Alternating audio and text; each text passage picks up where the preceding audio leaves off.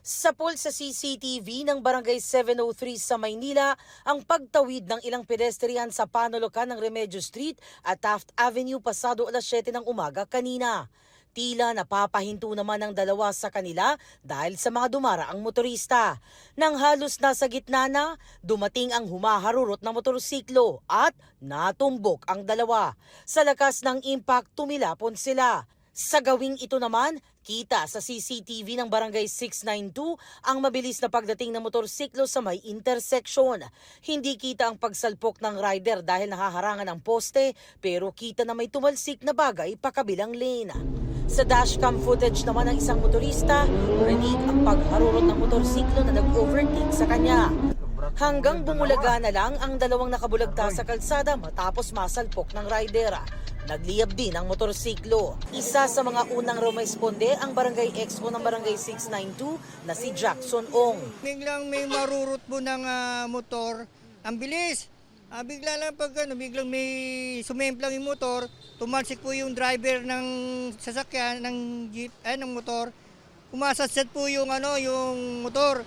Pagsasad, lumiliyab na po siya. Agad daw niyang nilapitan ng rider na hindi raw inakalang may nabangga palang pedestrians. Pinunta ko po yung nakamotor na tao, tapos naghihingalo, ng tulong. Paglingon po namin sa may top ng Remedios, may dalawa palang nabangga niya po.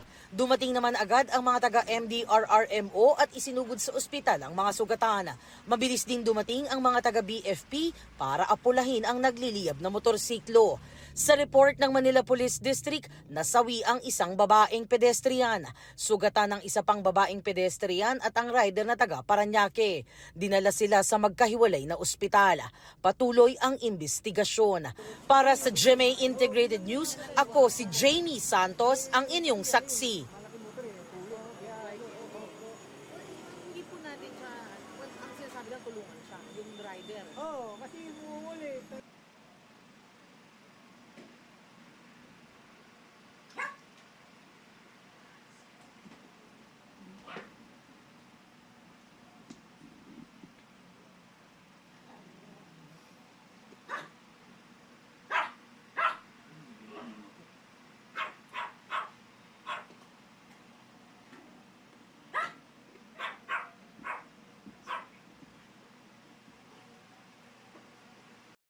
Mga kapuso, maging una sa saksi. Mag-subscribe sa GMA Integrated News sa YouTube para sa iba't ibang balita.